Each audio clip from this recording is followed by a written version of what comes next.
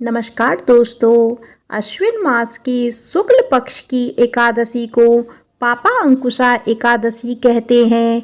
इस पापनाशक एकादशी की कथा सुनने मात्र से वाजपेयी यज्ञ का फल प्राप्त होता है। आइए सुनते हैं पापा अंकुशा एकादशी की व्रत कथा। बोलिए विष्णु भगवान की जय, श्री एकादशी माता की जय। युधिष्ठिर जी के महल में जहाँ युधिष्ठिर जी अपने मार्गदर्शक भगवान श्री कृष्ण से पूछ रहे हैं कि हे प्रभु, अश्विन मास में शुक्ल पक्ष में कौन सी एकादशी आती है और उसका महत्व क्या है, कृपया इसका विस्तृत वर्णन करें। इसके उत्तर में श्री कृष्ण जी बोले, हे राजन, आपने एक बहुत ही महत्वपूर्ण प्रश्न किया है। आज मैं आपको समस्त पाप कर्मों का नाश करने वाली पापा अंकुशा एकादशी के बारे में विस्तार से बताऊंगा।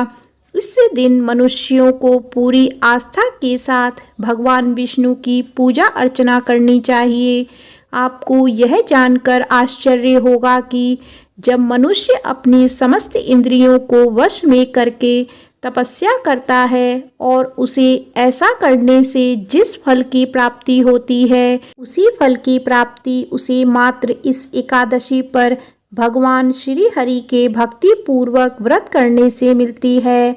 आगे पापा अंकुशा व्रत की महिमा की व्याख्या करने के लिए श्री कृष्ण जी ने एक रोचक कथा का वाचन किया। किसी समय में विंध्य पर्वत पर एक क्रूर और निर्दयी बहेलिया रहता था। वह पशु पक्षियों की निर्मम रूप से हत्या करता था और उसमें दया और करुणा जैसी कोई भावना नहीं थी। उसकी बर्बरता यहीं तक सीमित नहीं थी, उसे पशुओं को चोट पहुंचाकर सुख की अनुभूति होती थी और इस प्रकार उसने अपना सारा जीवन हिंसा, लूटपाट और पाप कर्मों में बिता दिया। इस प्रकार अधर्म के मार्ग पर चलते हुए उसका पूरा जीवन पापों के दलदल में डूबा हुआ था। लेकिन भाग्य का खेल देखिए, इतने अधर्मी व्यक्ति को भी अपने अंतिम समय में अपने पापों का एहसास हुआ। जब यमराज के दूत उसे यह बताने आए कि उसकी मृत्यु पास है और अपनी मृत्यु के पश्चात वह नरक में कष्ट भोगेगा, यह सुनकर उसके पांव तले जमीन खिसक गई और नरक की प्रताड़ना से तो हर किसी को बेहद डर लगता है।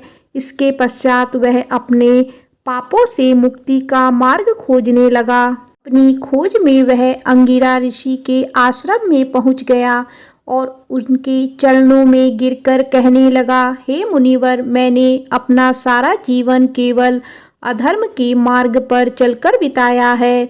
मैं अपनी गलतियों का पश्चाताप करना चाहता हूँ और अपने पापों से मुक्ति पाना चाहता हूँ। आप तो परम ज्ञानी हैं, कृपया मुझे धर्म के मार्ग पर आगे बढ़ने का उपाय बताइए। यह सुनकर ऋषि अंगिरा बोले कि तुमने अपना पूरा जीवन केवल प्राणियों के अहित में व्यतीत किया है, इसीलिए तुम्हारी जगह नरक में निश्चित है। लेकिन अगर तुम अपने पापों का प्रायश्चित करना चाहते हो तो तुम अश्विन मास के शुक्ल पक्ष में आने वाली पापा अंकुशा एकादशी का व्रत करो और इस दिन भगवान विष्णु की पूजा अर्चना करो। श्री हरि की भक्ति ही अब तुम्हें जीवन में सही मार्गदर्शन दे सकती है। यह सुनकर बहेलिये ने पापा अंकुशा एकादशी के दिन भगवान विष्णु की आराधना की और व्रत रखा। भगवान विष्णु जी की कृपा और पापा अंकुशा एकादशी की महिमा के प्रभाव से अपने जीवन के अंतिम समय में वह आध्यात्म मार्ग लौट आया।